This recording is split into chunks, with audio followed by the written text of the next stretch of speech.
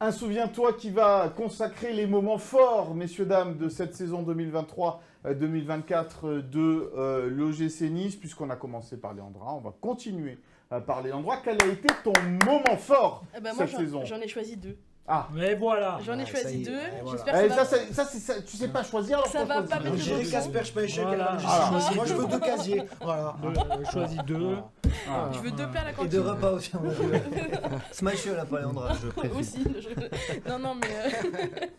non, la tête de Dante contre Strasbourg, son premier but de la saison, la joie aussi...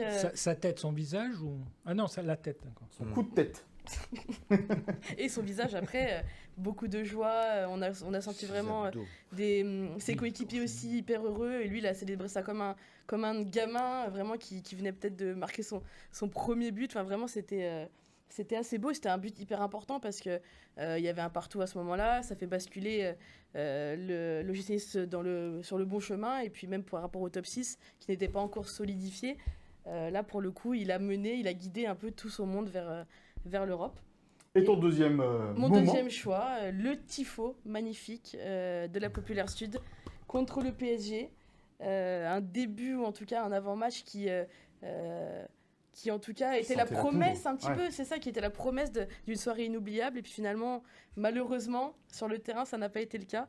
Mais en tout cas, gros travail de ce tifo, et avant les drapeaux noirs, cette ambiance un peu musicale, de beaux frissons. Les 2 moments donc de la saison. Vivien.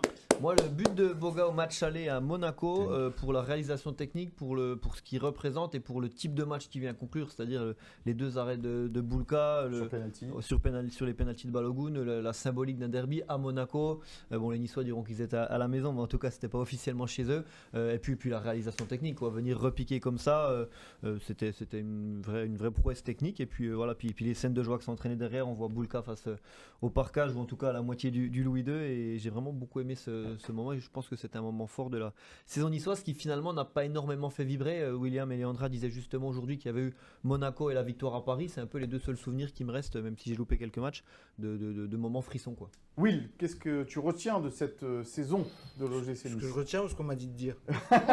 Un peu des 2. Ah, parce que ce que je retiens, j'aurais dit, allez, la victoire au parc, oui. Mais parce c'est que la mienne, celle-là, c'est pour ça. Parce que c'est la seule fois où on a vu que l'OGC Nice était capable de faire autre chose. Oui, bah, c'est pour ça, c'est ce que j'allais dire, ne spoil pas.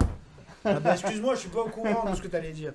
Non, c'est bien, tu lis les messages. Un moment fort, ouais, c'est la prise de parole de Boulka après Nantes.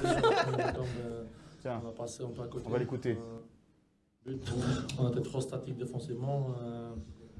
Je comprends pas certaines attitudes dans l'équipe, dans le premier but. C'est pour ça que j'ai pris mal aussi à cette but dans ma tête. Mais après, on va parler dans la vestiaire, je ne vais pas parler devant caméra de ces buts-là, mais c'est une grande frustration parce qu'on doit éviter ça si on veut chercher haut. Donc ça se joue dans la détermination individuelle et collective aussi. C'est ça qui va moins bien dans cette équipe depuis quelques semaines. Je ne sais pas si c'est collectif. Moi, je peux dire que c'est individuel.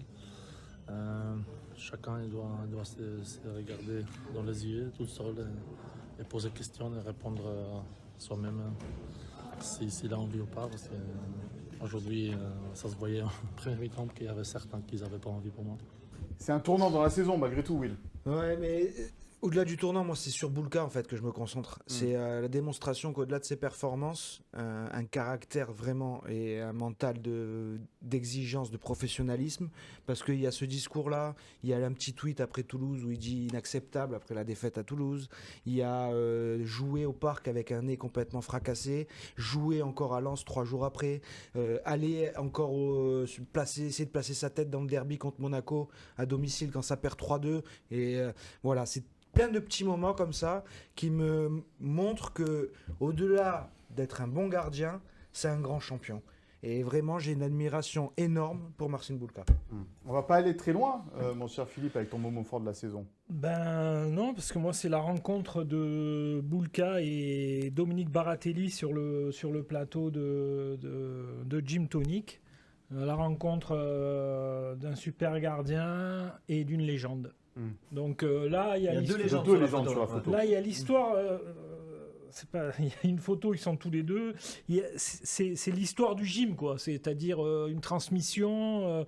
J'aime bien un club, quand c'est un passé, un présent, un avenir. Et voir Baratelli avec Boulka, ça m'a touché. Boulka, il avait fait le job, il s'était renseigné pour savoir qui était Baratelli, ce qu'il avait fait, par où il était passé. Et Baratelli a été touché par sa rencontre avec Marcin Boulka. Et c'est vrai, comme disait Will, moi, ce qu'il a fait au parc en coupe quand il a le nez explosé, continuer à jouer, rejouer après à Lens, arrêter 2 pénaux à Monaco, tout ça, c'est lui cette année qui est l'homme fort du gym, donc l'image forte du gym. Et comme ça, j'en profite pour lier Dominique Baratelli à l'image. Donc voilà, un super gardien et une légende et un mythe. Bon, et moi, on va terminer avec mon moment fort. Ça va être effectivement, comme l'a dit Will, la victoire au Parc des Princes, 3-2 avec ce fameux doublé de Terem Moffi. Effectivement, c'est l'OGC Nice. C'est l'une des rares fois que l'OGC Nice n'a pas joué comme Francesco Farioli voulait la faire jouer, c'est-à-dire ce soir-là, elle a joué plutôt en transition avec des attaques placées et rapides. Et c'est vrai que ce soir-là, on s'est régalé. Et on s'est dit peut-être à ce moment-là, et si l'OGC Nice pouvait peut-être accrocher quelque chose de plus beau encore qu'une place, une petite place européenne ou en Coupe d'Europe. Après, on a déchanté assez rapidement, mais c'est vrai qu'à ce moment-là, eh bien, l'OGC Nice était lancé sur des rails exceptionnels, avec un Moffi retrouvé. Et pour moi, c'est l'image forte. Et puis, alors, il y a Toulouse qui a gagné derrière au Parc, mais contre une équipe bis du Paris Saint-Germain. Et c'est la seule défaite du Paris Saint-Germain à ce moment-là, avant Toulouse, au Parc dans la saison, contre une équipe A du Paris Saint-Germain, puisqu'on rappelle qu'Mbappé avait quand même marqué un doublé dans cette rencontre aussi. Donc, c'est le moment que j'ai choisi dans cette saison.